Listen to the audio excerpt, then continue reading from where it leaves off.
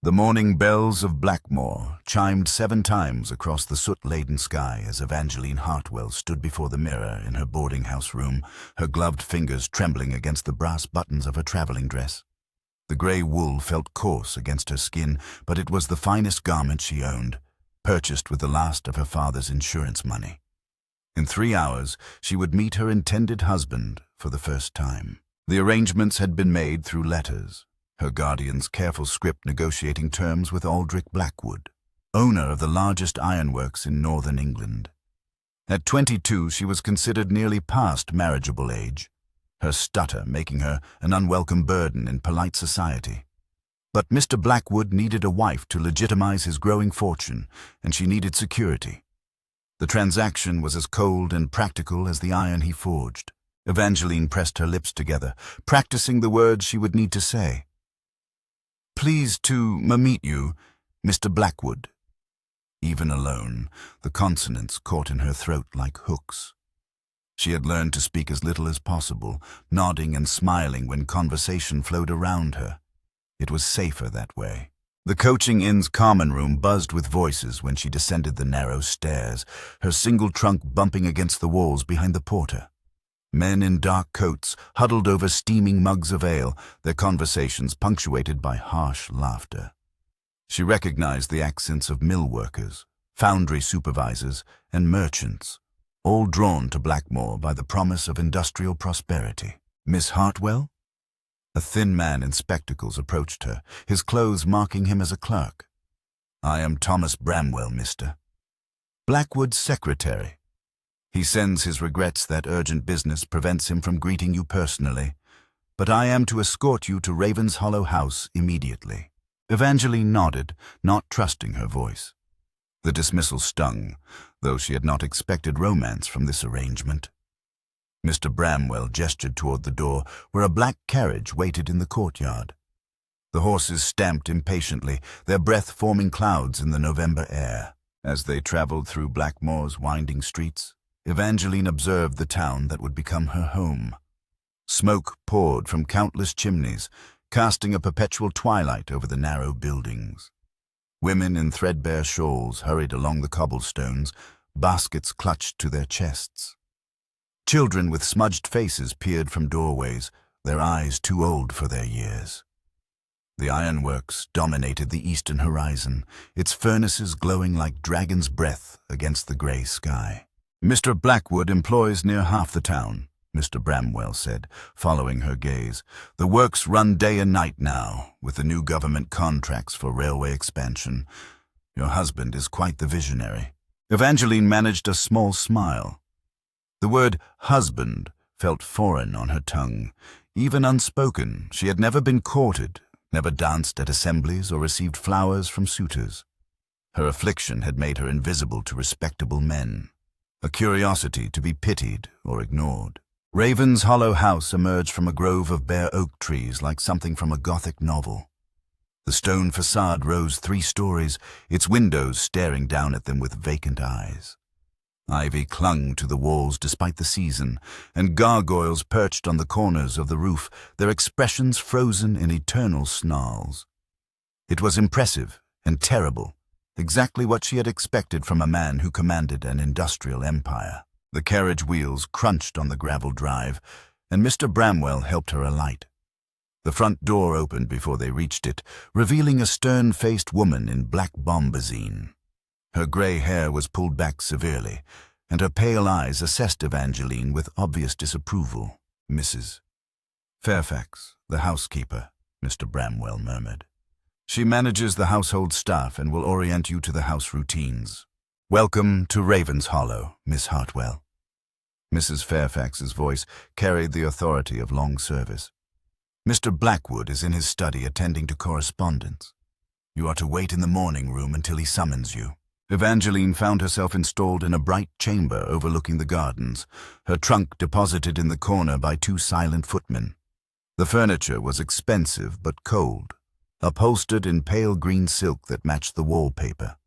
A fire burned in the grate, yet the room felt somehow cheerless. She sat on the edge of a chair, her hands folded in her lap, and waited. The clock on the mantelpiece chimed twice before heavy footsteps approached in the corridor. The door opened without ceremony, and Aldrich Blackwood entered. He was younger than she had imagined from his letters, perhaps 35, with broad shoulders that filled his dark coat.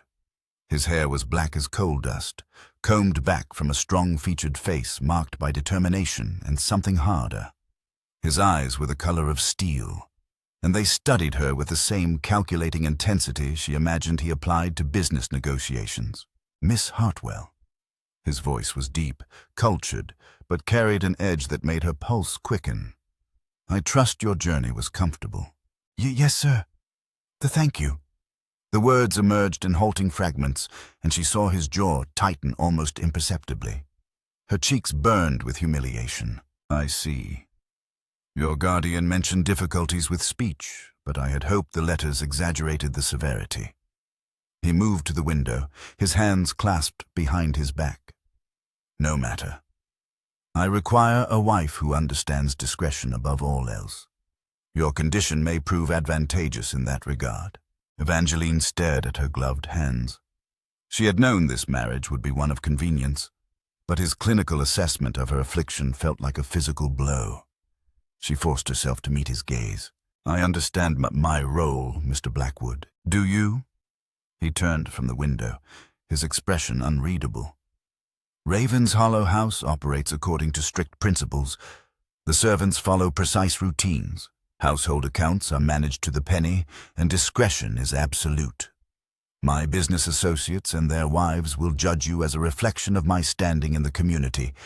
Any irregularities would be most unwelcome. The weight of his expectations settled on her shoulders like a yoke. She nodded, not trusting herself to speak. Excellent. Mrs. Fairfax will explain the household schedules. We will be married by special license tomorrow morning in the drawing room, with only the necessary witnesses present.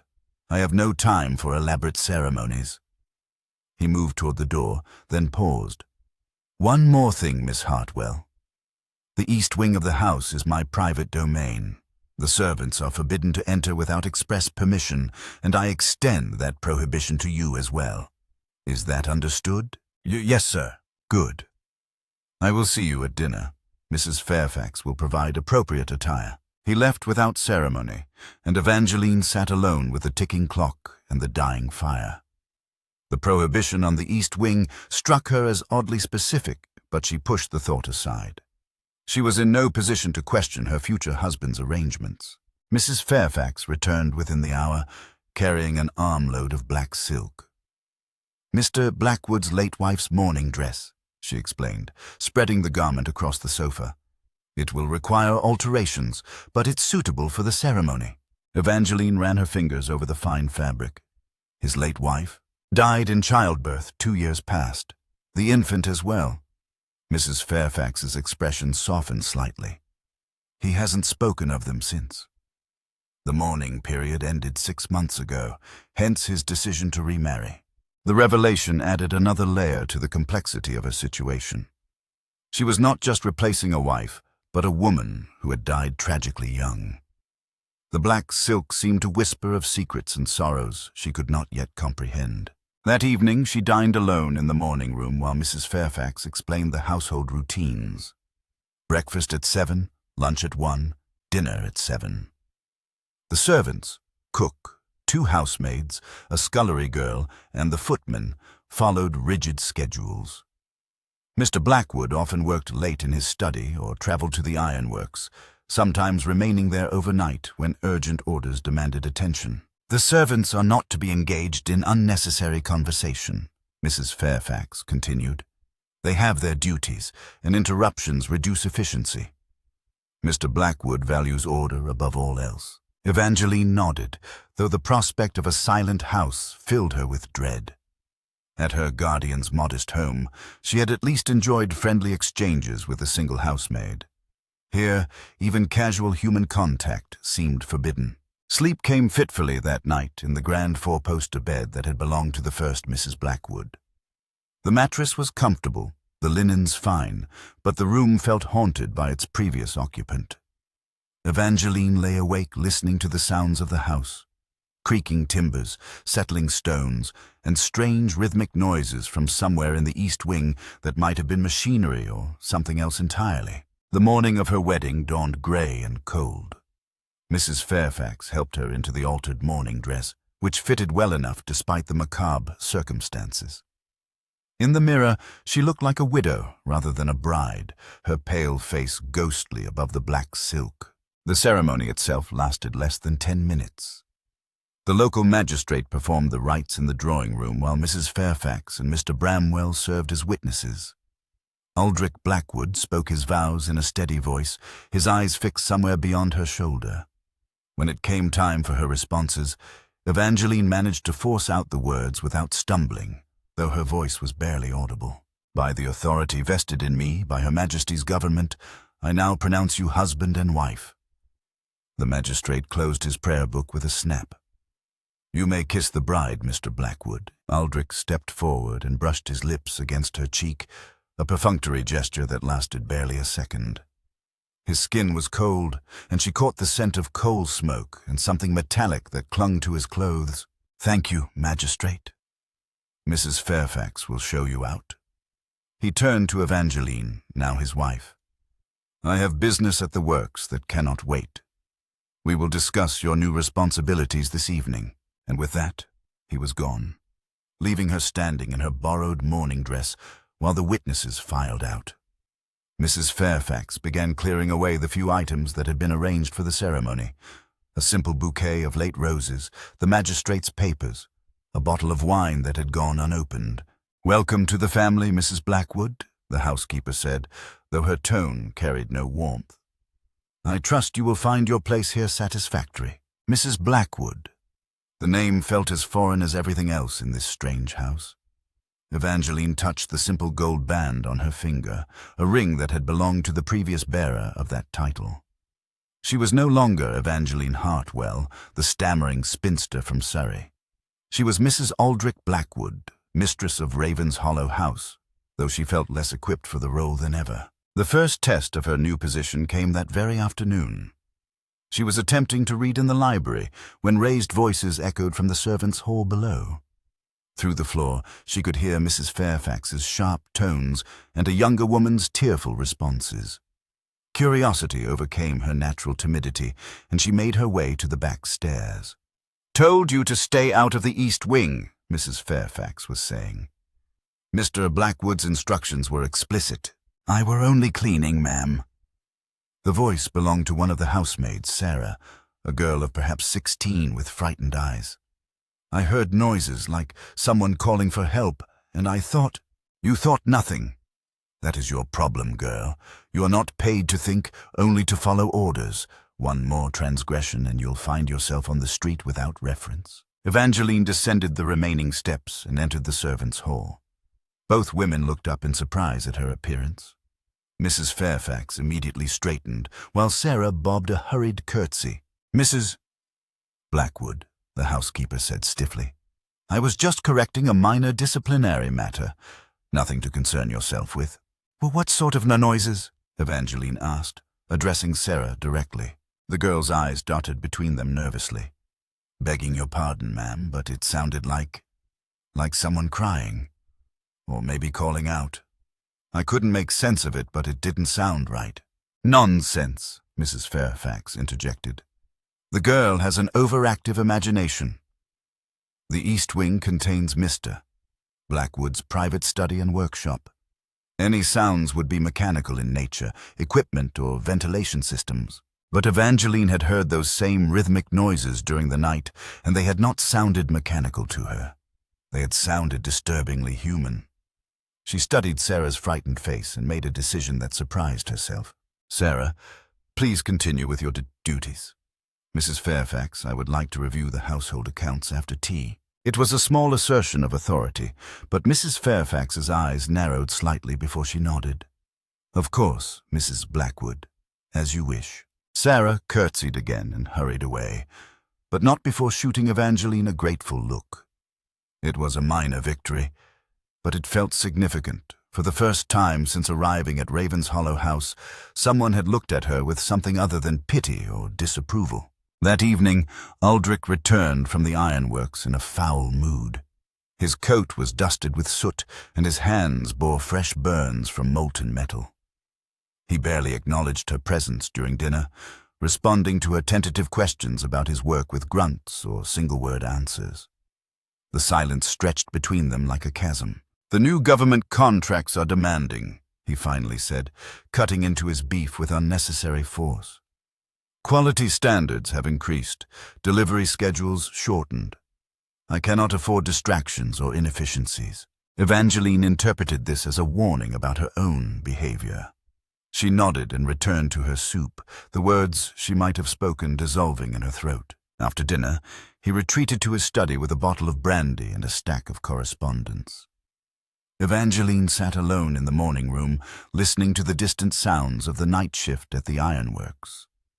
Through the windows, she could see the glow of the furnaces painting the horizon red. It looked like a vision of hell itself. She was preparing for bed when she heard them again, those strange rhythmic sounds from the east wing. They seemed louder tonight, more urgent. Without conscious thought, she found herself padding barefoot through the corridors, following the sounds to their source. The east wing was separated from the main house by a heavy oak door that stood slightly ajar. Evangeline hesitated, remembering Aldrich's prohibition, but the sounds drew her forward. She pushed the door open just wide enough to slip through. The corridor beyond was darker than the rest of the house, lit by only a few flickering gas lamps. The sounds were definitely coming from somewhere ahead, a rhythmic tapping or knocking, interspersed with what might have been muffled voices. Her heart hammered as she crept forward, her bare feet silent on the cold stones. The corridor ended at another door, this one firmly closed but not locked. The sounds were louder here, more distinct. Evangeline pressed her ear to the wood and held her breath. Tap, tap, tap. Pause, tap, tap. Pause, tap, tap, tap, tap. It was definitely intentional, like someone tapping out a code or signal. Between the rhythmic sounds, she could hear what sounded like whispered conversation, though she could not make out the words. Her hand moved to the door handle of its own accord. "What are you doing here?" Evangeline spun around, her heart nearly stopping. Aldrich stood at the end of the corridor, his face dark with anger. He had moved with surprising stealth for such a large man, and his eyes blazed in the lamplight. I heard noises," she stammered, backing away from the door. "Sarah has been dismissed." His voice was deadly quiet as he advanced on her. "She packed her things and left this afternoon. As will anyone else who cannot follow simple instructions." Evangeline's blood went cold. The girl's frightened face flashed through her memory, and she realized her small assertion of authority had accomplished nothing except to cost Sarah her position. "You will return to your room immediately," Aldrich continued, now close enough that she could smell the brandy on his breath. "You will not speak of this to anyone, and you will never enter the East Wing again. Am I understood?" "Yes," she whispered, though something in his manner made her skin crawl. The sounds from behind the door had stopped, as if whoever was making them had heard the confrontation and fallen silent. Good. He stepped aside to let her pass, but his eyes followed her retreat. "I married you for your discretion, Evangeline. Do not make me regret that decision." She fled to her room and locked the door behind her, though she doubted it would keep him out if he chose to enter. The confrontation had shaken her more than she wanted to admit. There was something in the East Wing that Aldrich was desperate to hide, something that had cost Sarah her livelihood and might cost others even more. As she lay in the darkness, Evangeline found herself thinking of the rhythmic tapping. It had seemed almost like a code, a message being transmitted through the walls. But who was sending it, and to whom? And what had happened to Sarah after her dismissal? The girl had no family in Blackmore, no resources to fall back on. Where would she go? The questions multiplied in her mind like shadows, each one darker than the last.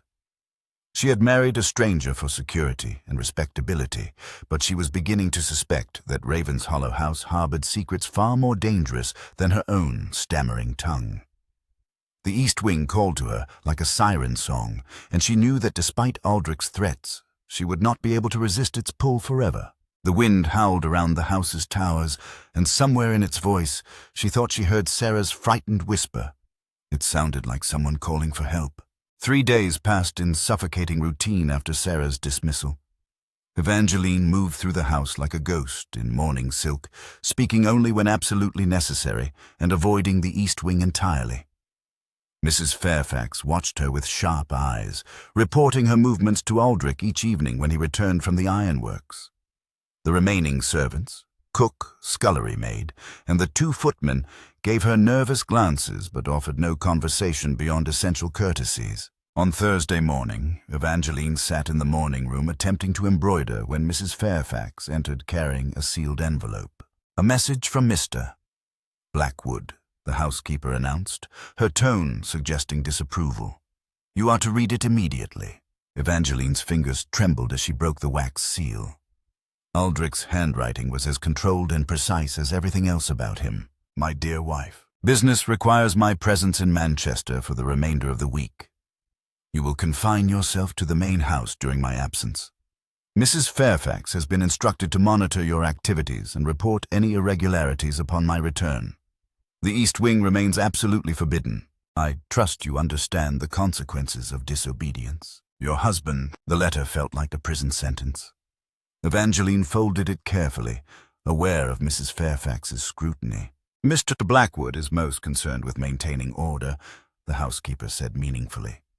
Previous disruptions have proven costly. Well, what happened to Sarah? Evangeline managed to ask. Mrs. Fairfax's expression hardened. Young women who cannot follow instructions rarely prosper in industrial towns. I suggest you focus on your own conduct rather than dwelling on the misfortunes of others. That afternoon, desperate for fresh air and human contact, Evangeline ventured into Blackmore's Market Square. The November wind cut through her wool cloak as she moved among the stalls, pretending to examine produce while listening to the conversations around her. The townspeople spoke of strikes at competing foundries, accidents in the mines, and the rising cost of bread. But when she approached vendors to make purchases, they fell silent, their eyes sliding away from hers with obvious discomfort. At the fishmonger's stall, she overheard 2 women whispering. Another one gone missing, the older woman was saying. Mary Hobson's girl just vanished from the lodging house. That makes 3 this month. Hush, her companion warned. You know better than to spread such talk. Mr. Blackwood's people have ears everywhere. They noticed Evangeline listening and immediately moved away, their conversation dying. She stood frozen beside the display of silvery herring, a chill running down her spine that had nothing to do with the weather. 3 girls missing. Sarah had been dismissed only days ago, and now she wondered if dismissal was the real fate that awaited servants who crossed Aldrich's rules. She purchased a small basket of apples to justify her presence and hurried home, her mind churning with dark possibilities. The phrase, Mr. Blackwood's people have ears everywhere, echoed in her thoughts. It suggested a network of surveillance that extended far beyond Mrs. Fairfax's watchful eyes. That evening, alone in the vast dining room, Evangeline picked at her dinner while contemplating her situation. The house felt different without Aldrich's commanding presence, somehow both less oppressive and more ominous. The servants moved about their duties with mechanical precision, but she sensed an undercurrent of tension, as if they were all waiting for something to happen. After dinner, she retired to the library, hoping to lose herself in a novel. The room was one of the few spaces in Raven's Hollow House that felt welcoming, with its leather-bound volumes and comfortable chairs arranged before the fireplace. She had discovered that the previous Mrs. Blackwood had been an avid reader, her name inscribed in delicate script on the fly-leaves of dozens of books. Evangeline was examining a volume of poetry when a loose page fluttered to the floor. She retrieved it, expecting to find pressed flowers or bookmarks, but instead discovered a folded letter in feminine handwriting. Her pulse quickened as she recognized the careful script as matching the inscriptions in the books. My dearest sister, I can bear the silence no longer. The sounds from the East Wing grow louder each night, and I fear for my sanity, if not my safety. Aldrich forbids me to investigate, claiming it is merely machinery, but no machine weeps as these voices do. I have tried to speak with the servants, but they are too frightened to confide in me. Even Mrs. Fairfax acts as though she hears nothing unusual. I suspect there are others in this house, others who should not be here. The consumption of provisions far exceeds what our household should require, and I have noticed clothing in the laundry that belongs to none of us. When I questioned the cook, she became so agitated that I feared she might faint. I have resolved to discover the truth, whatever the cost. If something should happen to me, please know that I tried to help them. The sounds haunt my dreams, Catherine. They sound like souls in torment. Your loving sister, Margaret. Evangeline's hands shook as she finished reading. Margaret Blackwood had heard the same sounds, had suspected the same dark secrets, and then had died in childbirth. The timing seemed too convenient, too neat. She folded the letter carefully and slipped it into her bodice, her heart hammering against her ribs. The revelation cast everything in a new light. Sarah's dismissal, the missing girls from town, the prohibition on the East Wing, it all pointed to something far more sinister than industrial secrecy. But what could she do with the knowledge? She was alone in this house, surrounded by servants who reported to Mrs. Fairfax, married to a man who valued silence above all else. That night, she lay in bed listening to the familiar rhythmic sounds from the East Wing. They seemed louder now, more insistent, as if whoever made them sensed that someone was finally listening. The tapping came in distinct patterns, 3 short, 3 long, 3 short again. Even with her limited education, Evangeline recognized it as the maritime distress signal she had read about in shipping news. Someone was asking for help. The next morning brought an unexpected visitor. Evangeline was taking tea in the morning room when Mrs. Fairfax announced the arrival of Dr. Cornelius Ashford, the town physician. He was a distinguished man in his 50s with kind eyes and gentle manners that immediately put her at ease. "Mrs. Blackwood," he said, bowing slightly. "I hope you will forgive the presumption of calling without invitation. I served as physician to your predecessor and wish to offer my services to you as well." Thank you, Doctor. Ashford. That is most considerate. His expression softened at her stammer. "Please, do not be embarrassed. I have treated many patients with similar conditions. Often they are the most perceptive and intelligent individuals I encounter, their minds simply working faster than their tongues can follow." It was the first kind word anyone had spoken to her since arriving in Blackmore, and Evangeline felt tears prick her eyes. She gestured for him to sit, and Mrs. Fairfax reluctantly withdrew after offering refreshments. "I must ask, Doctor," Ashford said once they were alone, "how are you finding life at Ravenshollow House? The transition from single life to marriage can be challenging." Something in his tone suggested deeper concerns. Evangeline studied his face, noting the worry lines around his eyes. "It is different than I expected," she admitted carefully. "Margaret Blackwood said much the same thing when I first met her. A lovely young woman, though troubled by strange fancies near the end. She spoke of hearing voices, of people who shouldn't exist." He paused meaningfully. "I hope you have not been similarly affected." Evangeline's breath caught. "What sort of voices?" "Crying, calling for help, tapping sounds that seemed to follow patterns. I attributed it to the strain of pregnancy affecting her nerves, but after her death." He trailed off, then fixed her with an intense stare. "Mrs. Blackwood, if you should ever need assistance, or simply someone to listen without judgment, please do not hesitate to call upon me. I live above the apothecary's shop in Market Street." Before she could respond, Mrs. Fairfax returned with the tea service. Dr. Ashford smoothly shifted the conversation to general health matters. But his message was clear. He suspected something was wrong at Ravenshollow House, and he was offering himself as an ally. After he left, Evangeline found herself energized for the first time since her arrival. She was not alone. Dr. Ashford believed Margaret's stories, and more importantly, he was willing to help. The knowledge gave her courage to take a dangerous step. That afternoon, while Mrs. Fairfax was occupied with household accounts, Evangeline made her way to the servants' quarters. The narrow hallways above the kitchen were cramped and poorly lit, smelling of cooking grease and carbolic soap. She found the cook, a stout woman named Mrs. Bramble, kneading bread in the small preparation room. "Mrs. Blackwood." The woman looked up in alarm, flour dusting her apron. "Is there something wrong?" "Should I fetch Mrs. Fairfax?" No, please. I only wanted to ask." Evangeline took a breath, steeling herself. "The provisions for the house. Do they seem adequate for our number?" Mrs. Bramble's face went pale. She glanced nervously toward the door, then leaned closer. "Begging your pardon, ma'am, but that's not a proper question for the likes of me to answer." "Please," Evangeline pressed. "I need to know." The cook's hands stilled on the dough. For a moment she seemed to wrestle with herself, fear and conscience warring in her expression. Finally, she whispered, "There's more mouths fed than should be, ma'am. More by far. But I daren't say where they are or who they might be. Mrs. Fairfax would have my head and Mr. Blackwood." She shuddered. The East Wing. Mrs. Bramble's silence was answer enough.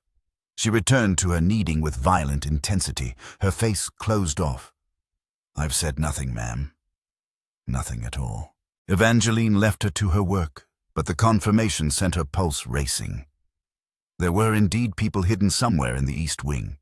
People who required food but whose presence had to remain secret. The missing servant girls, the sounds Margaret had heard, the distress signals tapped through the walls, it all painted a horrifying picture. That evening she attempted to eat dinner normally, while her mind raced through possibilities.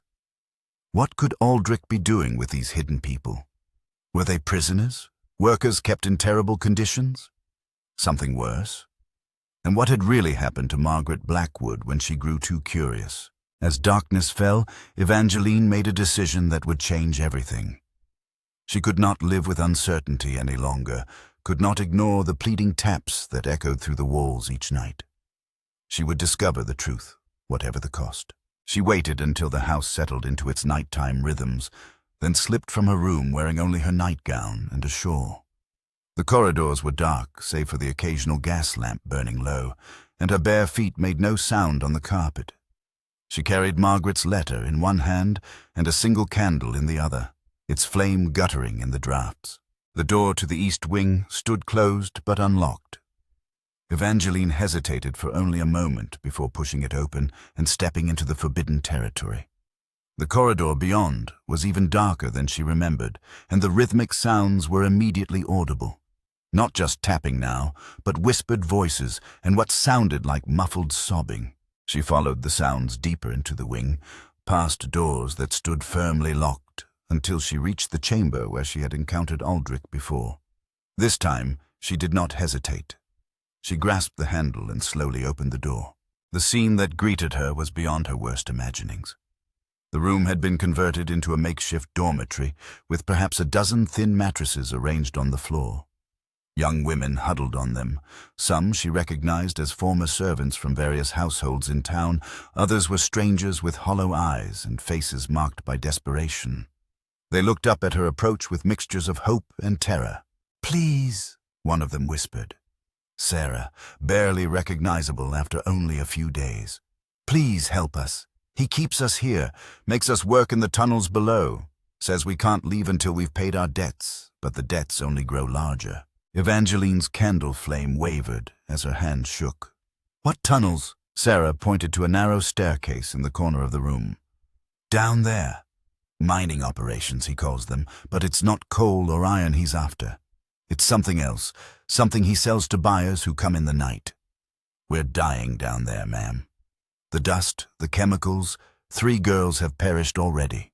Before Evangeline could respond, heavy footsteps echoed in the corridor behind her. The women on the mattresses shrank back in terror, and Sarah's face went white as ash. "He's returned early," she breathed. "God help us all." Evangeline blew out her candle and pressed herself against the wall beside the door, her heart hammering so loudly she was certain it would give her away. Through the crack in the door, she saw Aldrich's silhouette approaching, his face thunderous with rage. Behind him walked 2 men she didn't recognize, rough-looking individuals with the bearing of hired muscle. "Search every room," Aldrich commanded in a voice like winter steel. "Someone has been asking questions in town, and now my wife has been seen speaking with Dr. Ashford. I will not tolerate security breaches." Evangeline realized with growing horror that her investigation had been discovered. Someone had reported her conversation with the cook, her visit from Dr. Ashford, perhaps even her presence in the East Wing at this very moment. She was trapped in a room full of evidence that could destroy Aldrich's carefully constructed facade, with nowhere to run and no way to explain her presence. The footsteps grew closer, and she heard the jangle of keys. In moments, they would open the door and find her. The women on the mattresses watched her with desperate eyes, and she realized that her discovery would not only doom her, but seal their fates as well. Whatever Aldrich was planning for her, it would be far worse for them. As the key turned in the lock, Evangeline made a desperate decision. She stepped away from the wall and into the center of the room, facing the door with Margaret's letter clutched in her trembling hand. When Aldrich entered with his companions, she was waiting for him, her chin raised despite her terror. "Good evening, husband," she said, and for once her voice did not stammer. Aldrich's face transformed into a mask of cold fury as he took in the scene. His wife standing among the captive women, Margaret's letter visible in her hand, the evidence of his secret operation laid bare. The two men behind him shifted nervously, their hands moving to weapons concealed beneath their coats. "You disappoint me, Evangeline." His voice carried the quiet menace of a man accustomed to absolute control. "I had hoped your affliction would make you more compliant." "Margaret wasn't compliant either," Evangeline replied, surprised by her own boldness. The letter trembled in her grip, but she held his gaze. "She discovered your secret before she died." "Margaret died in childbirth, as you well know." But something flickered in his eyes, a brief crack in his composure. Her mind was affected by pregnancy. She imagined things that did not exist. "Like these women, like the tunnels below?" Evangeline gestured to the cowering figures around her. "Sarah told me about the mining operation. What are you digging for?" Aldrich stepped closer, his presence filling the small room like a gathering storm. "You have seen too much, my dear wife. But perhaps that can be remedied." He nodded to one of his companions. "Mr. Thorne, please escort the ladies back to their quarters. Mrs. Blackwood and I have private matters to discuss." The man called Thorne moved forward with practiced efficiency, herding the women toward the staircase. Sarah caught Evangeline's arm as she passed. "The blue stones," she whispered urgently. "He makes us dig for blue stones that glow in the dark." Buyers come from London, from abroad. They pay fortunes for them. Before Evangeline could respond, Thorne roughly pulled Sarah away. The women disappeared down the narrow stairs, their footsteps echoing in the depths below. Soon, only Evangeline remained with Aldrich and his second companion, a scarred man with dead eyes who watched her like a predator evaluating prey. "Rare earth minerals," Aldrich said conversationally, as if discussing the weather. "Quite valuable to certain industrial applications.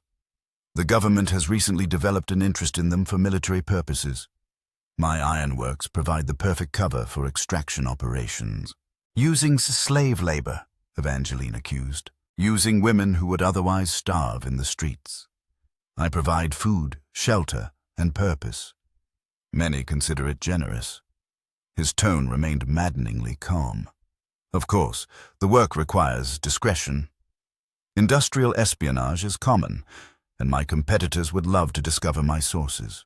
Margaret found out. That's why she really died. For the first time, genuine anger flashed across Aldrich's features. Margaret died because she could not mind her own affairs. She grew obsessed with imagined injustices, threatened to contact authorities, to create public scandals. The strain affected her health, weakened her constitution when labor began prematurely. He didn't finish the sentence, but Evangeline understood.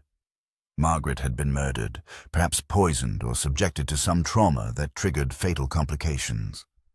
The official cause of death, childbirth, provided perfect cover. I will not make Margaret's mistakes, Aldrich continued.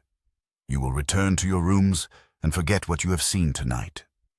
Tomorrow, Doctor, Ashford will receive word that you have suffered a nervous collapse, requiring extended treatment in a private sanitarium.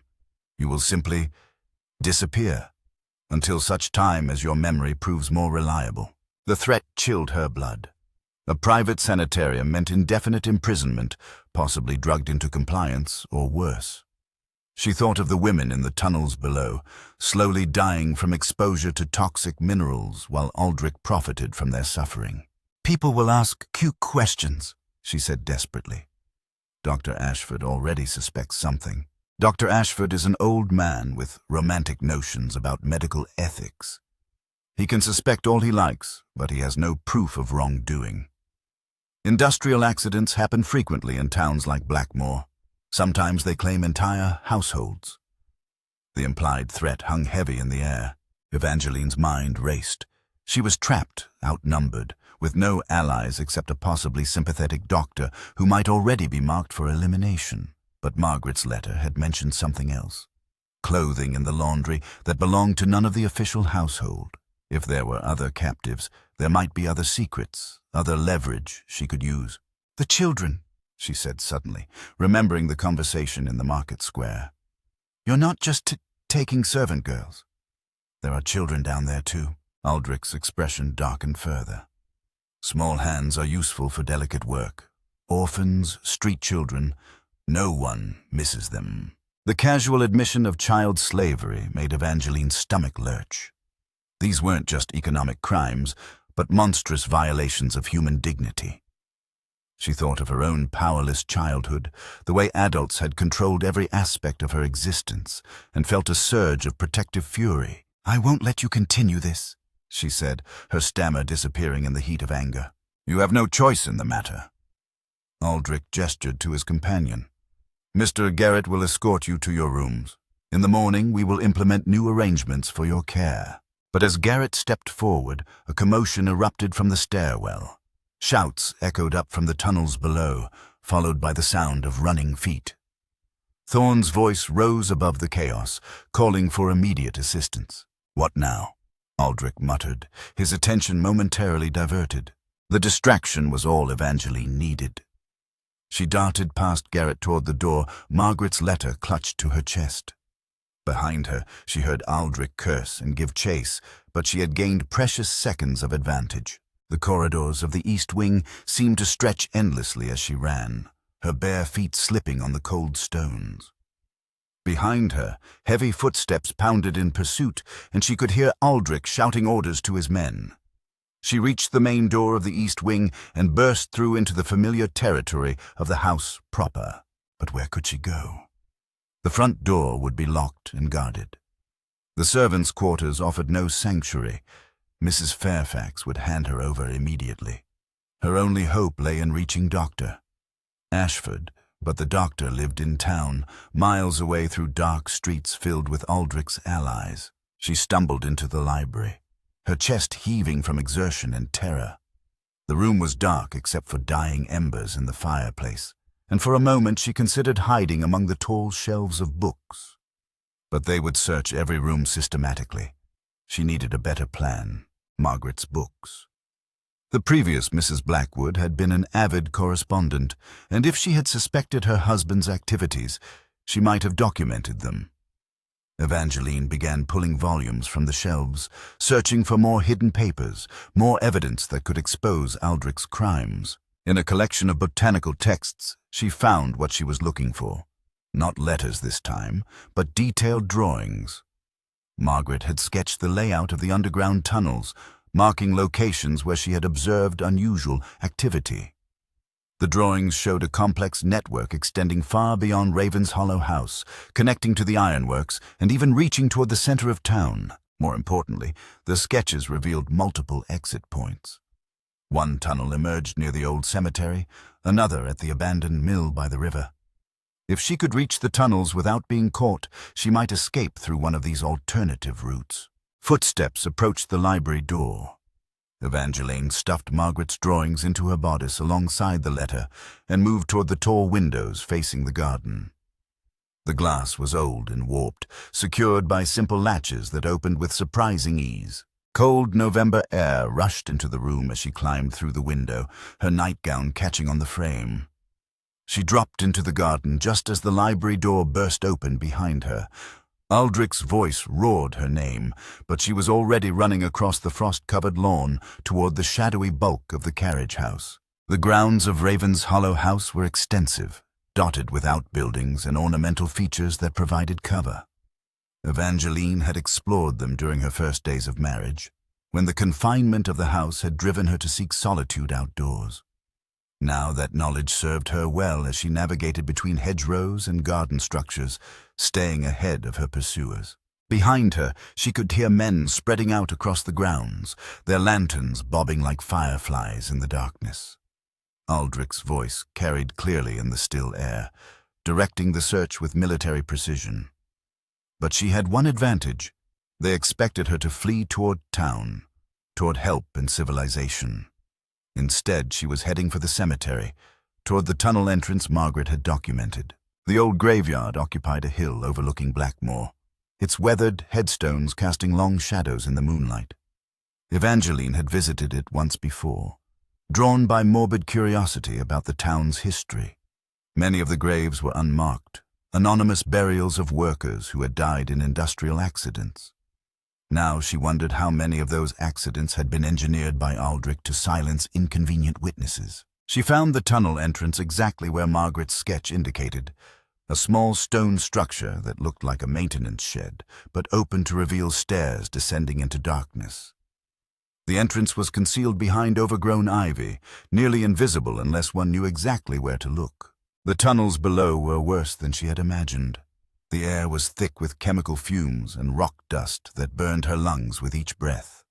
Crude oil lamps provided minimal illumination, casting dancing shadows on walls that wept with moisture. The sound of picks striking stone echoed from deeper passages, punctuated by coughing fits and whispered prayers. She followed the main passage, guided by Margaret's careful notations, until she reached a wider chamber that served as a staging area. Here, she found them, dozens of women and children of various ages, all bearing the hollow-eyed look of prolonged captivity. They worked in shifts, she realized, some sleeping on thin blankets, while others labored in the deeper tunnels. An older woman approached her, perhaps 30, though hardship had aged her prematurely. "You're the new wife," she said without surprise. "We heard about you from Sarah. Came to see for yourself, did you?" "I came to help," Evangeline replied, though she had no idea how she could possibly accomplish such a thing. "Help?" The woman laughed bitterly. "There's no help for the likes of us. We're dead already, just taking our time about it. The blue stones poison everything they touch, the air, the water, our blood. Those who don't die of lung sickness waste away from something worse." Around the chamber, Evangeline could see the evidence of the woman's words. Many of the workers bore strange marks on their skin, dark veins visible beneath pale flesh, as if the mysterious minerals were literally poisoning them from within. Children as young as 8 or 9 showed the same symptoms, their small bodies ravaged by exposure to substances that should never touch human skin. "How long have you been here?" Evangeline asked. 2 years, maybe 3. Time loses meaning in the dark. I was a housemaid at the mayor's residence before Blackwood's men took me. Said I'd seen something I shouldn't have, though I never knew what. The woman's voice carried resignation rather than anger. Most of us were just in the wrong place at the wrong time. Wrong class, wrong connections, wrong questions asked. "There has to be a way out," Evangeline insisted. Margaret drew maps, showed multiple exits. Margaret Blackwood? The woman's expression sharpened with interest. "We heard stories about her, how she tried to help before she died." "You found her papers?" Evangeline nodded and pulled out the sketches. Several workers gathered around as she spread them on a wooden crate, their faces animated by the first hope they had shown. The maps were detailed and accurate, marking not only escape routes, but guard stations, storage areas, and what appeared to be Aldrich's private office in the depths of the complex. "Look here." the woman said, pointing to a passage marked in red ink. "This connects to the ironworks directly. If we could reach that point, we might access the main foundry floor during shift change." Too many witnesses for Blackwood to silence them all. But even as they planned, the sound of approaching footsteps echoed from the main tunnel. Aldrich had discovered her escape route and was following her into the underground maze. The workers scattered immediately, returning to their positions with practiced fear, leaving Evangeline alone with Margaret's evidence. She had perhaps minutes before they found her, and when they did, her fate would be sealed. But looking around at the poisoned faces of the captives, she realized that her own survival was less important than exposing this monstrous operation. These people deserved justice, deserved to see sunlight again, deserved to have their suffering acknowledged by the world above. Margaret's sketches included one final detail that Evangeline had overlooked in her haste: the location of Aldrich's underground office, where he kept records of his mineral sales and correspondence with buyers. If she could reach that office, gather concrete evidence of his crimes, she might accomplish what Margaret had died attempting. The footsteps were closer now, accompanied by the flicker of lantern light. Evangeline folded the sketches and pressed them into the hands of the older woman. "Take these to Dr. Ashford in Market Street," she whispered urgently. "Tell him everything. Make him understand." "What about you?" the woman asked. Evangeline looked toward the deeper tunnels, toward Aldrich's hidden office and the evidence that could destroy him. "I have one more thing to do." Evangeline pressed deeper into the tunnel system, following Margaret's notations toward Aldrich's private office. The air grew thicker with each step, laden with chemical vapors that made her eyes water and her chest burn. Behind her, the sounds of pursuit echoed off stone walls, Aldrich's voice commanding his men to spread out, to check every passage, to bring her back alive if possible. The tunnel branched repeatedly, creating a maze that would have been impossible to navigate without Margaret's careful documentation. Evangeline passed storage chambers filled with wooden crates marked with foreign symbols, their contents glowing with an eerie blue phosphorescence that hurt to look at directly. The mysterious minerals Sarah had mentioned, rare earth elements that commanded fortunes from buyers who cared nothing for the human cost of extraction. She found Aldrich's office in a natural cavern that had been expanded and furnished with surprising comfort. A mahogany desk dominated the space, surrounded by filing cabinets, bookshelves, and even a Persian rug that seemed absurdly luxurious in this underground hell. Gas lamps provided steady illumination, their flames dancing in the toxic air. The desk drawers were locked, but Evangeline had learned desperation could overcome many obstacles. She used a letter opener to force the mechanisms, her hands shaking as she rifled through the contents. What she found exceeded her worst fears. Correspondence with buyers in London, Manchester, and even foreign capitals revealed the true scope of Aldrich's operation. The glowing minerals were indeed rare earth elements, but their application was far more sinister than simple industrial use.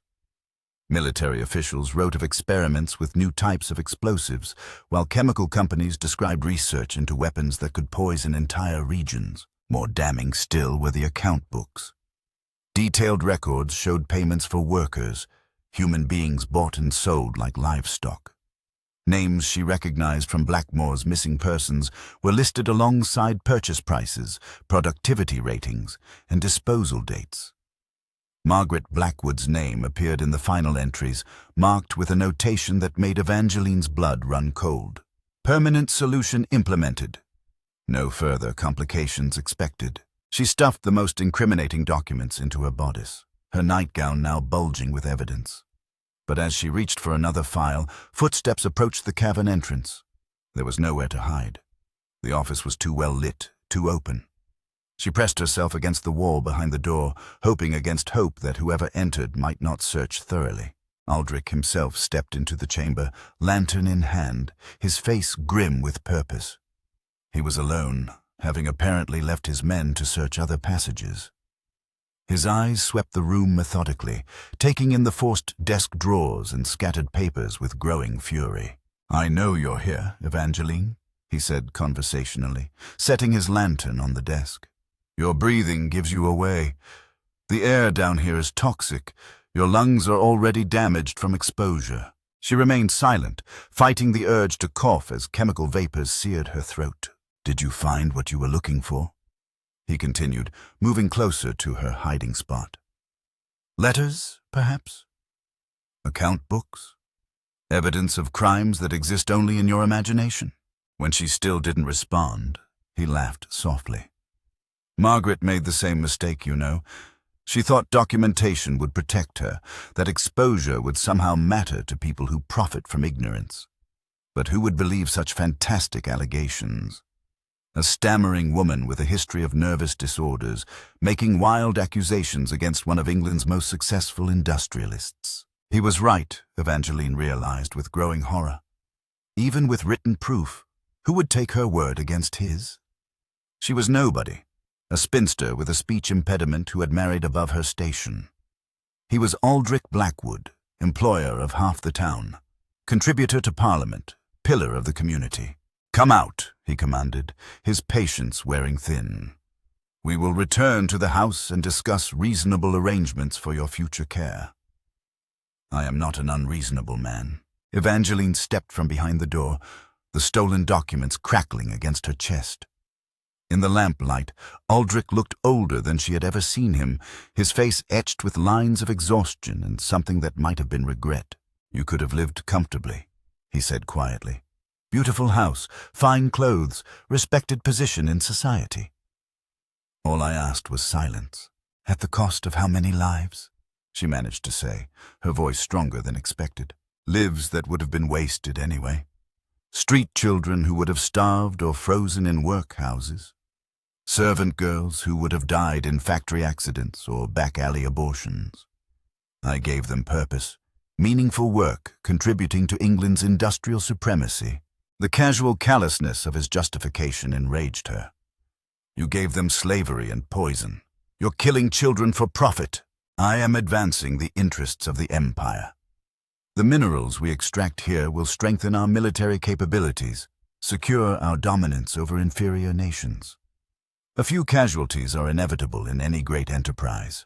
As he spoke, Evangeline became aware of new sounds from the tunnels beyond. Not the measured footsteps of Aldrich's men, but something more chaotic.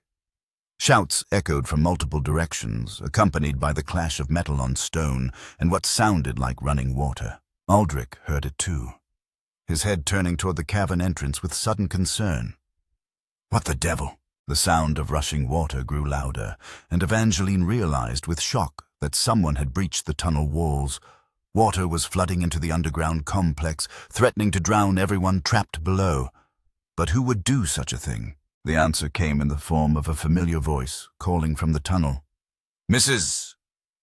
Blackwood, are you down there?" Dr. Ashford. Somehow, the elderly physician had discovered the tunnel entrance and mounted a rescue operation. The flooding wasn't accidental. It was a deliberate attempt to force evacuation of the complex. "This way!" Evangeline shouted back, her voice echoing off stone walls. Aldrich's face twisted with rage. "You contacted him. You've destroyed everything I built here."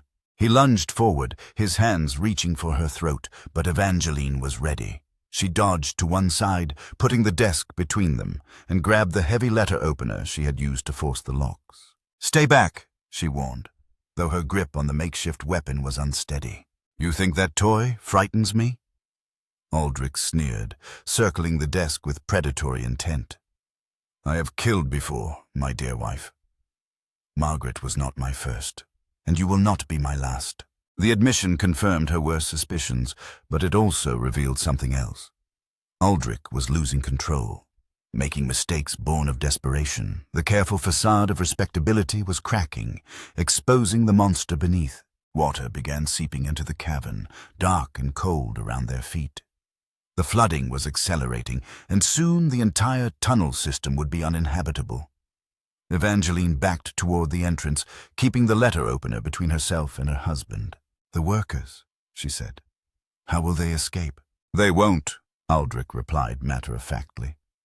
"Flooding accidents are common in mining operations, tragic but unavoidable.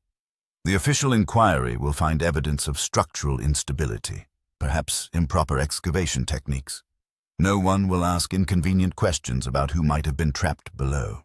The casual planning of mass murder made her stomach lurch. Dozens of people would die to protect his secrets.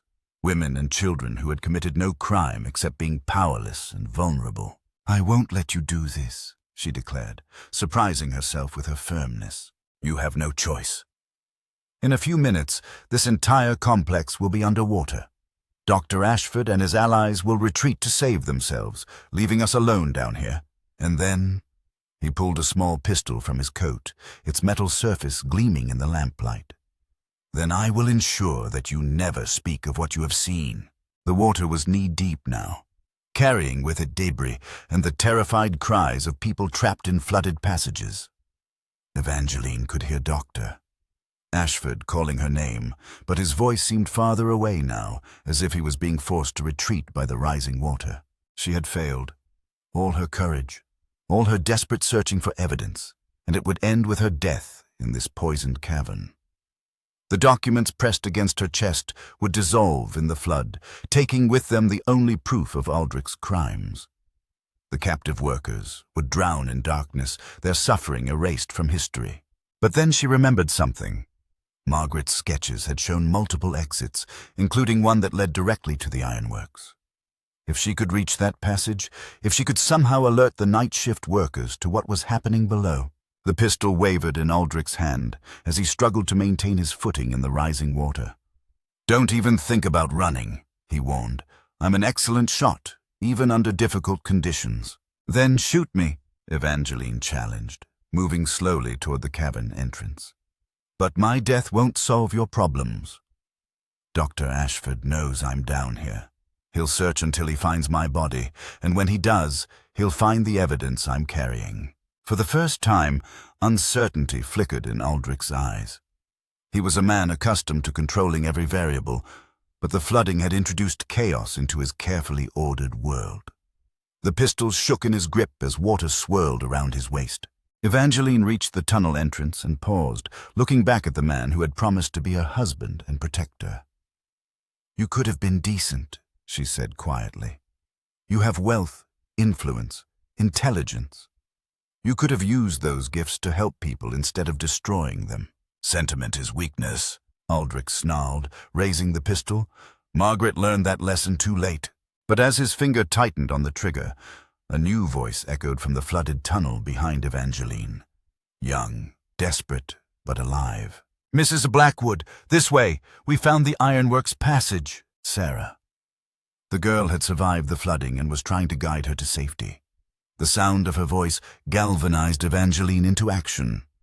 She turned and plunged into the tunnel, the stolen documents clutched to her chest as Aldrich's pistol discharged behind her. The shot echoed deafeningly in the confined space, but the bullet went wide, chipping stone from the tunnel wall. Evangeline stumbled through waist-deep water, following Sarah's voice through the maze of flooded passages. Behind her, she could hear Aldrich crashing through the water in pursuit, his curses echoing off the walls. The passage to the ironworks was narrow and treacherous, carved through solid rock and now partially flooded. Sarah waited at a junction, her face pale but determined. With her were 3 other survivors, women who had somehow escaped the drowning trap. "The water's rising faster than we thought," Sarah gasped. "But if we can reach the foundry floor, there's dozens of workers up there. Too many for Blackwood to silence." They pressed forward together, the water now chest-deep and shockingly cold.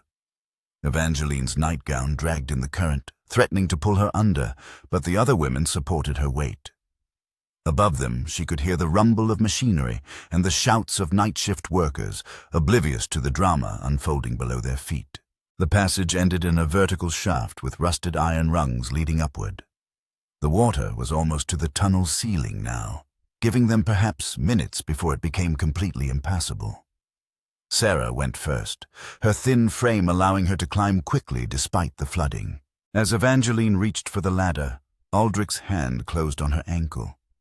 He had followed them through the maze, his face a mask of fury and desperation. The pistol was gone, lost to the flood, but his grip was strong enough to drag her back into the depths. "If I cannot have silence," he snarled, "I will have death. We will all drown together in this tomb I created."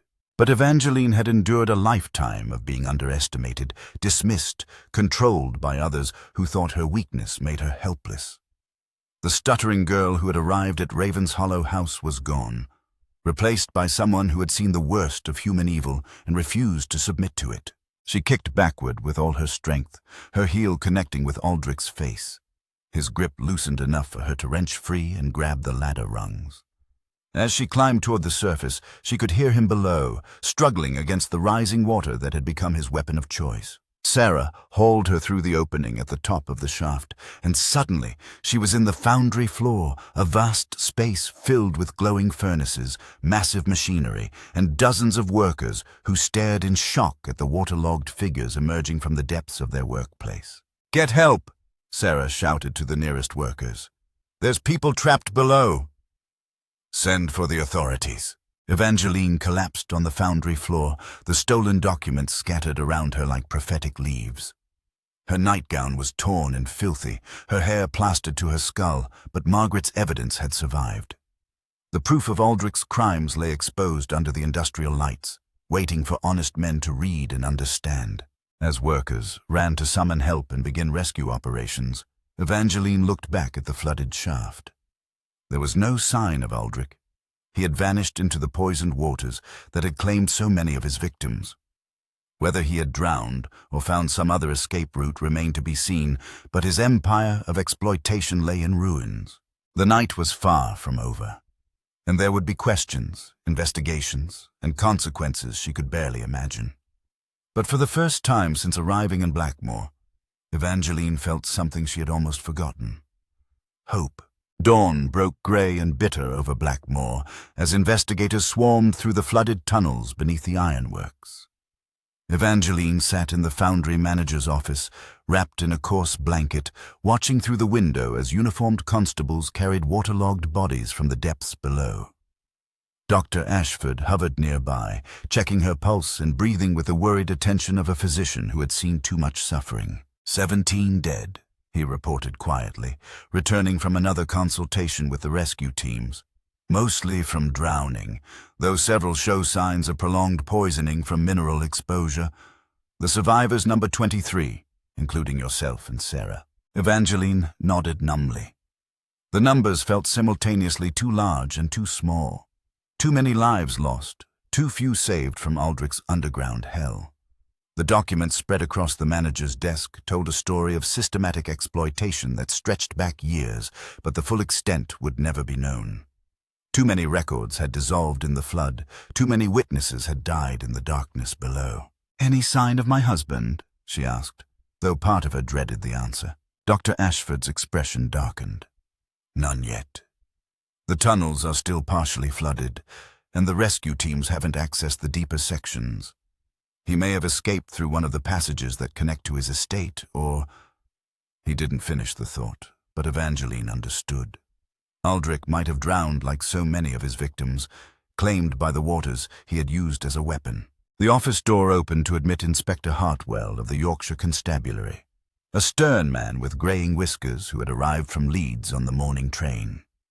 Behind him came 2 officials from London, their expensive clothes and careful mannerisms marking them as government representatives sent to assess the political implications of the scandal. "Mrs. Blackwood," Inspector Hartwell said, settling heavily into a chair across from her. "I must ask you to recount the events of last night once more, for the benefit of our colleagues from Whitehall." Evangeline had already told her story 3 times, but she understood the necessity.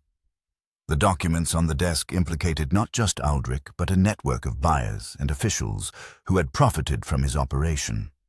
Letters from military contractors, chemical companies, and even members of Parliament created a web of complicity that reached the highest levels of English society. She began again, her voice growing stronger as she described discovering Margaret's letters, the captive workers, the poisonous minerals that glowed with unnatural light.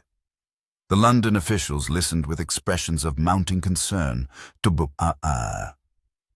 occasionally exchanging meaningful glances that suggested they recognized names mentioned in the correspondence. These rare earth elements, the senior government man interrupted. How extensive were the deposits? Did Mr. Blackwood indicate the scope of the mining operation? The question struck Evangeline as oddly focused. Even as they discussed the human cost of Aldrich's crimes, these men seemed primarily concerned with strategic implications, whether England would lose access to valuable military resources now that the operation had been exposed. I don't know the extent of the deposits, she replied carefully, but the tunnels stretched for miles underground. There may be other sites, other operations we haven't discovered yet. Inspector Hartwell made notes while the London officials whispered among themselves. Through the window, Evangeline watched Sarah speaking with a newspaper reporter who had arrived from Manchester. The girl's face was animated as she described her captivity, her words carrying the weight of testimony that could not be dismissed or discredited. There's another matter we must address, Inspector Hartwell said, drawing her attention back to the room. The legal status of your marriage, given the circumstances. If Mr. Blackwood is indeed dead, you would inherit his estate, including the ironworks and any mineral rights associated with the property. The implications hit her like a physical blow. She had never considered the possibility of inheriting Aldrich's empire, but English law was clear on the matter of widows' rights. If her husband was dead, Raven's Hollow House and everything associated with it would become her property, including the scenes of his crimes. I want nothing from him, she said firmly, nothing built on such suffering. Nevertheless, one of the London officials interjected, the property exists and must be administered. The ironworks employ hundreds of workers who depend on wages for survival. Simply abandoning the facilities would create economic chaos in the region. Dr. Ashford stepped forward, his face flushed with anger. Are you suggesting that Mrs. Blackwood should profit from her husband's murder of innocent people? That she should continue operating a business built on slave labor? I am suggesting, the official replied coldly, that complex situations require careful consideration of all parties involved. The workers above ground committed no crimes and deserve protection. The mineral deposits have strategic importance to national security. These factors cannot be ignored in favor of emotional responses. The casual dismissal of the victim's suffering enraged Evangeline. These men saw only political and economic problems to be managed, not human lives destroyed by greed and cruelty. Their concern for the surviving ironworks employees was genuine but limited. They would happily preserve jobs while ignoring the bones buried in the tunnels below. What about justice for the dead? She demanded, her stammer completely absent in her fury. What about prosecution of the buyers who profited from slavery? What about ensuring this never happens again? The London officials exchanged uncomfortable glances. Justice will be served within appropriate parameters, the senior man said carefully. But we must also consider the broader implications. Public scandal of this magnitude could undermine confidence in English industry, damage trade relationships, create political instability. So you intend to cover it up, Doctor? Ashford accused. We intend to handle the matter with discretion appropriate to national interests, came the reply. Evangeline felt a familiar helplessness rising in her chest, the same sensation that had plagued her throughout childhood when adults made decisions about her life without consulting her wishes. But this time was different. This time, she held evidence that could expose not just Aldrich's crimes, but the corruption that enabled them. I have names, she said quietly, causing all conversation to stop. Letters from buyers, invoices, correspondence with officials. Margaret documented everything before she died, and I found additional records in Aldrich's office. If you attempt to minimize this scandal, I will ensure the complete truth reaches the newspapers. The threat hung heavy in the air.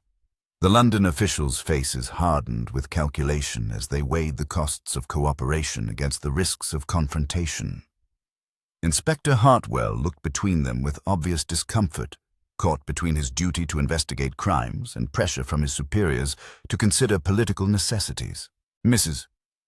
Blackwood, the senior official said finally, you have suffered tremendous trauma. Perhaps it would be wise to consider your options carefully before making decisions that could have far-reaching consequences. The veiled threat was unmistakable, but Evangeline had already faced death in the tunnels below. Government intimidation seemed almost quaint by comparison. "My options are quite clear," she replied. "I can cooperate with a genuine investigation that honors the memory of those who died, or I can take my evidence to the press and let public outrage force accountability." Before anyone could respond, commotion erupted outside the office window. Shouts echoed across the foundry yard as rescue workers emerged from a tunnel entrance, supporting a figure between them. Even at a distance, Evangeline recognized the broad shoulders and dark hair of her husband. Aldrich Blackwood was alive. His clothes were torn and waterlogged. His face bore cuts from his passage through flooded tunnels, but he moved under his own power. As the rescue workers brought him toward the foundry building, his eyes found the office window and locked onto Evangeline's face. Even from 50 yards away, she could see the cold calculation in his gaze. "Remarkable," one of the London officials murmured. "Mr. Blackwood's survival complicates matters considerably." Inspector Hartwell was already moving toward the door. "I'll take him into custody immediately. The evidence against him is overwhelming." "Wait," the senior official commanded. "Let us speak with Mr. Blackwood before any formal proceedings begin. There may be arrangements that serve everyone's interests." The suggestion sickened Evangeline. Even now, with bodies being pulled from flooded tunnels, these men were considering deals and compromises that would let Aldrich escape justice. She watched through the window as her husband was escorted into the building below, his bearing proud despite his bedraggled appearance. Within minutes, he would be in this very office, facing the evidence of his crimes. But she realized with growing dread that evidence meant nothing without the will to act upon it. The same system that had ignored the disappearance of servant girls and street children would find ways to protect a man whose connections reached into the highest levels of government. "I want to speak with him," she announced, surprising everyone in the room. Dr. Ashford looked alarmed. "Evangeline, that's not advisable. The man tried to kill you." "He's still my husband under law," she replied, though the words tasted bitter. "And I have questions that only he can answer." The London officials nodded approvingly, perhaps seeing opportunities for negotiation. Inspector Hartwell appeared less enthusiastic, but couldn't deny her legal right to confer with her spouse. Dr. Ashford simply looked worried, his medical training telling him that confronting trauma so directly could be dangerous. Heavy footsteps approached in the corridor outside. Evangeline straightened in her chair, the stolen documents within easy reach. Whatever happened next, she was no longer the frightened girl who had arrived at Ravenshollow House seeking security and acceptance. That person had died in the tunnels below, replaced by someone who understood the true cost of silence. The door opened and Aldrich entered under police escort. His eyes swept the room, taking in the officials, the scattered evidence, and finally settling on Evangeline herself. When he spoke, his voice carried the same authoritative tone that had once made her stammer with nervousness. "My dear wife," he said, as if greeting her after a normal day at the ironworks. "I trust you are recovering from your ordeal." Underground floods can be quite traumatic for those unaccustomed to industrial hazards. The casual dismissal of what she had witnessed, the attempt to reframe mass murder as an industrial accident, revealed that Aldrich had not given up. Even captured, even facing irrefutable evidence, he intended to fight for his freedom using the same tools that had served him before: money, influence, and the willingness of powerful men to protect their own interests. But Evangeline was no longer impressed by his performance. She had seen him in his underground kingdom, watched him calculate the value of human lives in terms of profit margins. The mask of respectability had been torn away, revealing the monster beneath. "Tell them about the children," she said quietly. Aldrich's composure flickered for just an instant, long enough for everyone in the room to notice. Then his expression smoothed again, but the damage was done. That moment of revealed guilt would haunt whatever defense he attempted to construct. "I'm afraid my wife has been severely traumatized," he said, addressing the officials rather than responding to her directly. The flood, the darkness, the fear. Such experiences can create false memories, imagined horrors. I'm sure medical examination will confirm that her perceptions have been compromised. It was a clever strategy, one that played on centuries of legal precedent, dismissing women's testimony as inherently unreliable. But this time, physical evidence supported her words. The documents on the desk, the survivor testimonies, the bodies being recovered from the tunnels, all painted a picture that couldn't be explained away as feminine hysteria. "The medical examination has already taken place, Doctor," Ashford announced, stepping forward with obvious anger. "Mrs. Blackwood shows signs of chemical exposure consistent with the toxic environment you created below ground. Her testimony is entirely credible." The room fell silent as the implications sank in. If the survivors' accounts were medically verified, if the physical evidence supported accusations of systematic abuse, even the most corrupt officials would find it difficult to arrange Aldrich's escape from justice. Evangeline watched her husband's face as he realized his position was not as secure as he had assumed. The government men who might have protected him were reassessing the political costs of association with his crimes. Inspector Hartwell was building a case that would be difficult to dismiss. Most importantly, she was no longer the silent, stammering wife he had married for her discretion. "You could tell the truth," she said, meeting his gaze directly. "Confess your crimes, reveal the names of your buyers, help us ensure this never happens again. It won't bring back the dead, but it might prevent future victims." Aldrich studied her face for a long moment, and she saw something she had never expected, a flicker of what might have been respect. Perhaps even admiration for the woman she had become through adversity. "You have grown quite formidable, my dear," he said finally. "Margaret would have been proud." It was the closest thing to an admission she was likely to receive, and it carried the weight of acknowledgement.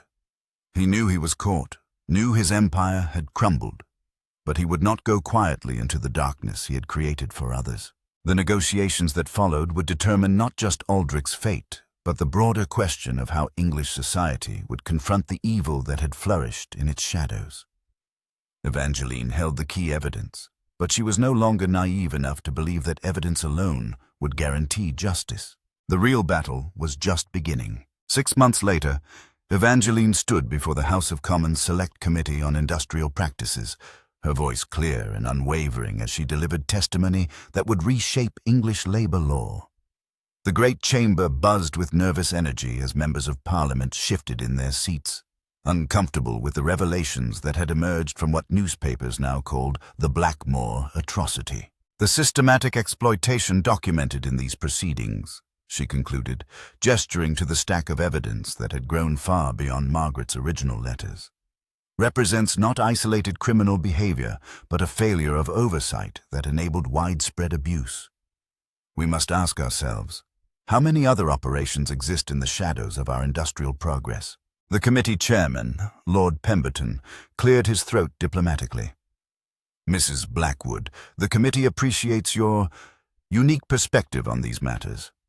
However, we must balance concerns for worker welfare against the practical necessities of maintaining England's competitive position in global markets." It was the same argument Evangeline had heard repeatedly over the past months, the suggestion that reform must be gradual, measured, careful not to disrupt the economic foundations that supported the empire. She had learned to recognize it as code for preserving profitable arrangements, regardless of human cost. "My lord," she replied, her stammer now completely absent even in formal settings, "I would suggest that England's true competitive advantage lies in demonstrating that industrial progress and human dignity are not mutually exclusive. The buyers who profited from my husband's operation were as much victims of a corrupt system as the workers themselves." The statement sent ripples through the gallery, where newspaper reporters scribbled furiously. In the months since Aldrich's trial and conviction, Evangeline had become something unprecedented in English society. A woman whose testimony carried weight in masculine domains of law, politics, and industry. Her transformation from silent bride to public advocate had captured the imagination of reformers while terrifying traditionalists. Aldrich himself sat in Pentonville prison, serving a sentence of 25 years hard labor for multiple counts of murder, kidnapping, and conspiracy. His conviction had been secured not through governmental pressure, but through the power of survivor testimony amplified by press coverage that made suppression impossible. The London officials who had sought to minimize the scandal found themselves forced to pursue justice or face public outrage. The trial had revealed the full extent of the conspiracy. Military contractors, chemical companies, and even members of Parliament had been implicated in purchasing minerals extracted through slave labor. Some faced prosecution, others resigned in disgrace, and a few simply disappeared from public life as their reputations crumbled under scrutiny. Dr. Ashford entered the committee chamber as Evangeline finished her testimony, nodding approvingly at her performance.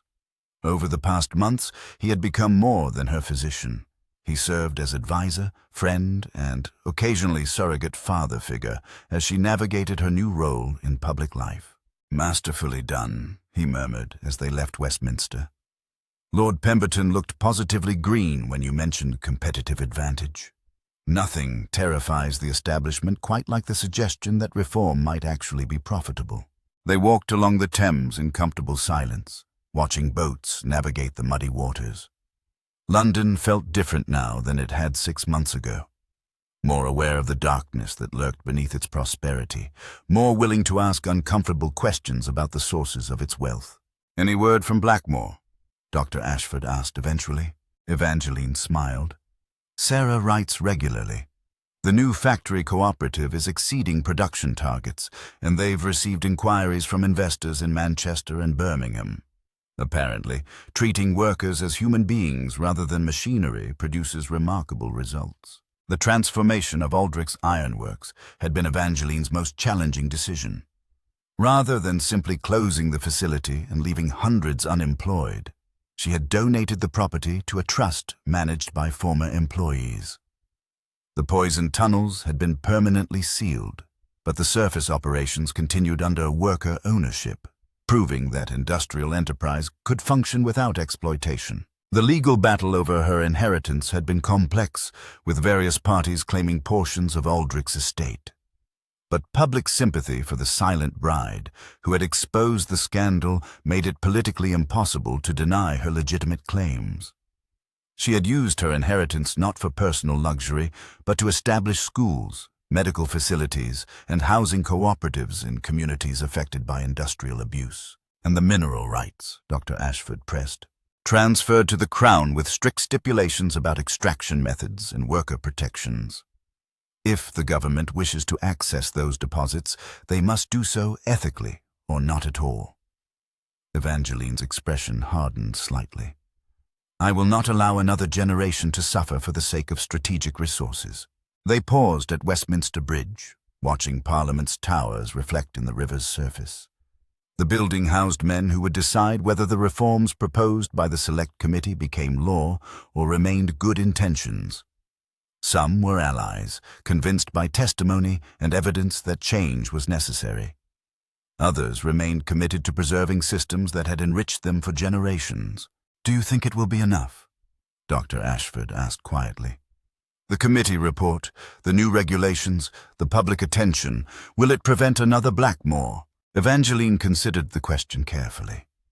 In the months since her ordeal, she had learned that systematic change required more than exposing individual crimes.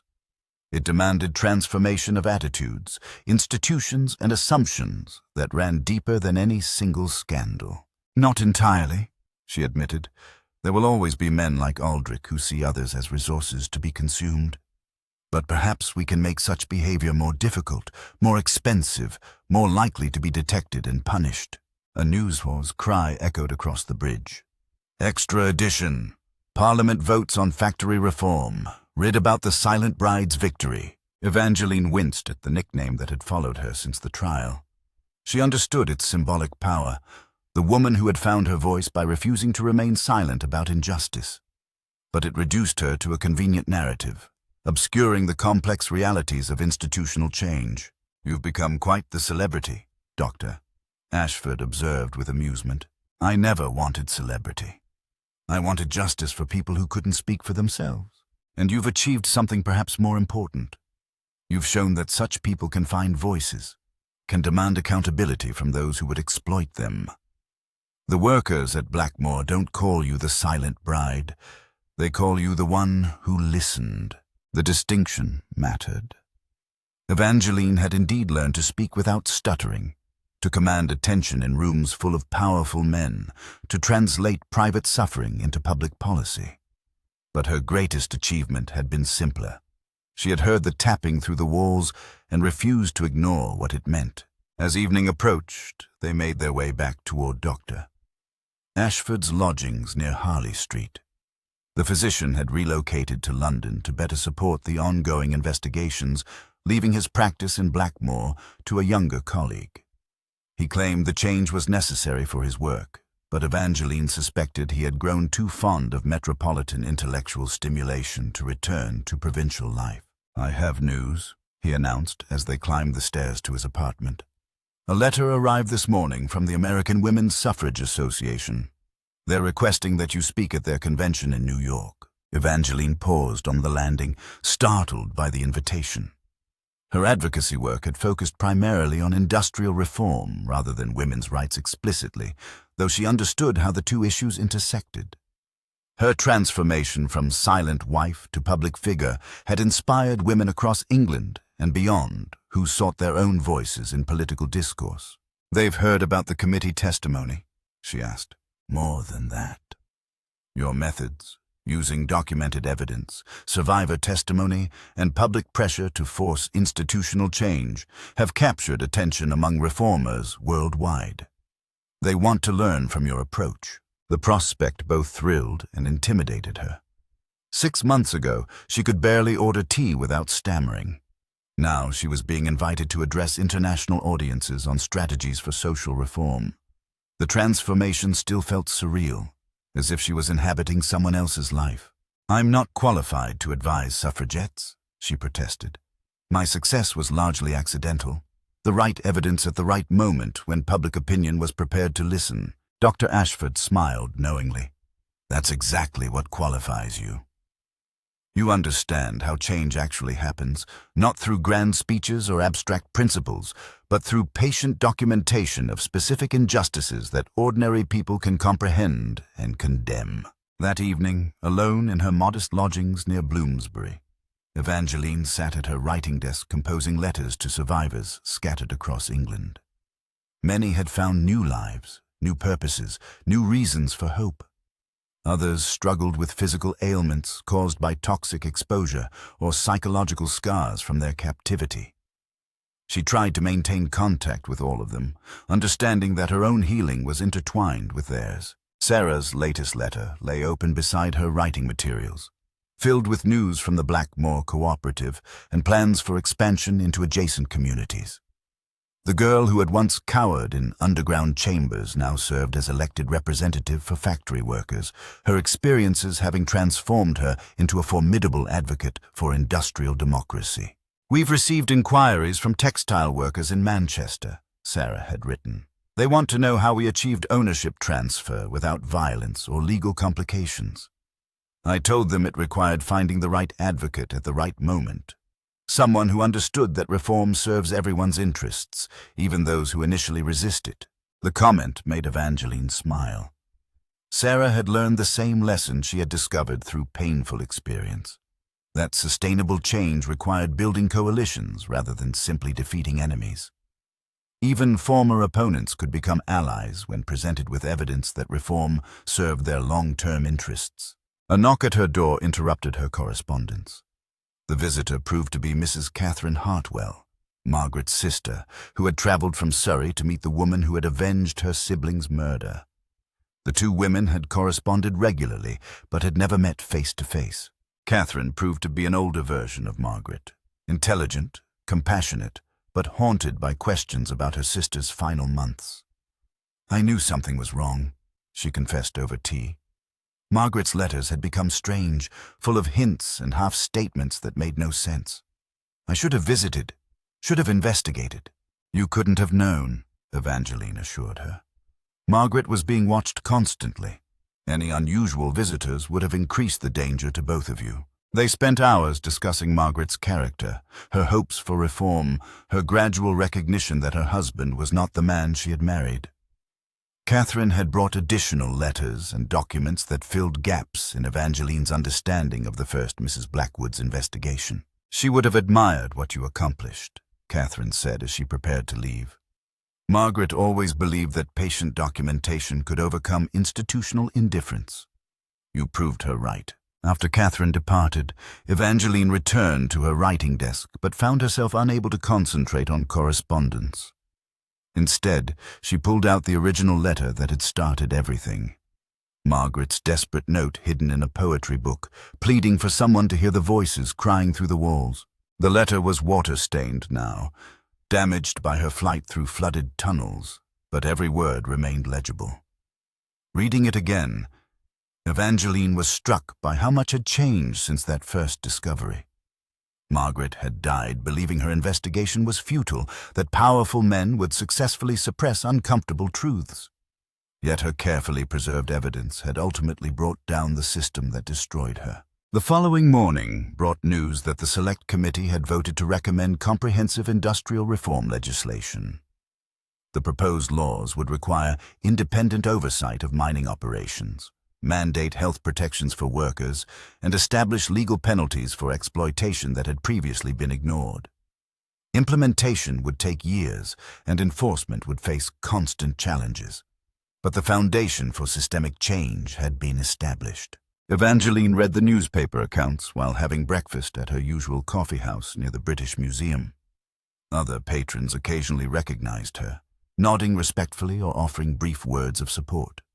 She had become accustomed to such attention, though it still felt strange to be acknowledged as a public figure. "Mrs. Blackwood?" A young woman approached her table nervously. "I'm sorry to disturb you, but I wanted to thank you for what you've done. My sister worked in a textile mill where conditions were similar to what you described at Blackmore. After your testimony became public, the owners instituted safety improvements and wage increases. They said they didn't want to face the kind of scrutiny you brought to industrial practices." The encounter reinforced Evangeline's understanding that reform's true measure lay not in legislative victories, but in concrete improvements to individual lives. Each worker who received better treatment, each facility that improved conditions to avoid scandal, each employer who chose ethical practices over exploitation represented meaningful progress. As spring turned towards summer, Evangeline found herself facing a decision about her future direction. The immediate crisis that had driven her advocacy was resolved. Aldrich was imprisoned. The tunnels were sealed. The survivors had been compensated and relocated. But the broader issues that had enabled such exploitation persisted throughout English society. She could return to private life, perhaps marry again, and seek the domestic tranquility that had originally brought her to Blackmore. The inheritance from Aldrich's estate provided financial security, and her notoriety would eventually fade if she withdrew from public attention. Alternatively, she could accept the growing number of invitations to speak, write, and advocate for industrial reform across England and beyond. The work would be challenging and sometimes dangerous. Powerful interests opposed change, and reformers often faced intimidation or worse. The decision crystallized one evening as she walked past the Houses of Parliament, their windows glowing in the twilight. Tomorrow, members would debate the industrial reform legislation recommended by the Select Committee. Some would speak passionately about protecting worker rights.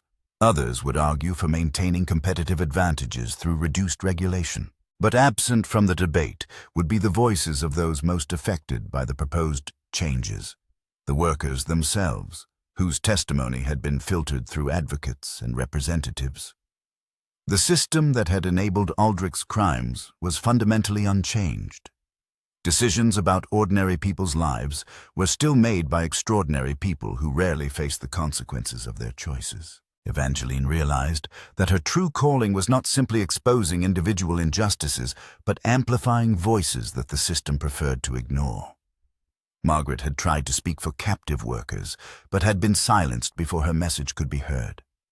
Sarah and the other survivors had told their stories, but only after finding an advocate who could translate their experiences into language that power understood. The pattern suggested a role that transcended any single scandal or reform campaign, serving as a bridge between those who suffered from systemic failures and those with authority to address them. It was work that required not just courage, but the particular skills she had developed through adversity. Careful documentation, patient investigation, and the ability to speak uncomfortable truths in settings where such truths were unwelcome. That night, she wrote letters accepting speaking invitations in Manchester, Birmingham, and eventually New York. She also began planning a book about her experiences, not a memoir of personal transformation, but a practical guide for others seeking to document and expose institutional injustices. The final chapter would be dedicated to Margaret Blackwood and all the other voices that had been silenced before their messages could be heard. Because Evangeline understood now that her greatest achievement was not learning to speak without stammering, but learning to listen to those who had no voice at all. In the margin of her manuscript, she wrote a dedication. To all who tap messages through walls and all who choose to answer. The revolution would be neither violent nor sudden, but it would be thorough. One voice at a time, one story at a time, one injustice exposed at a time, the silence that protected exploitation would be broken. And in its place would rise something England had never quite managed before. A society that valued human dignity above human profit. The transformation was just beginning.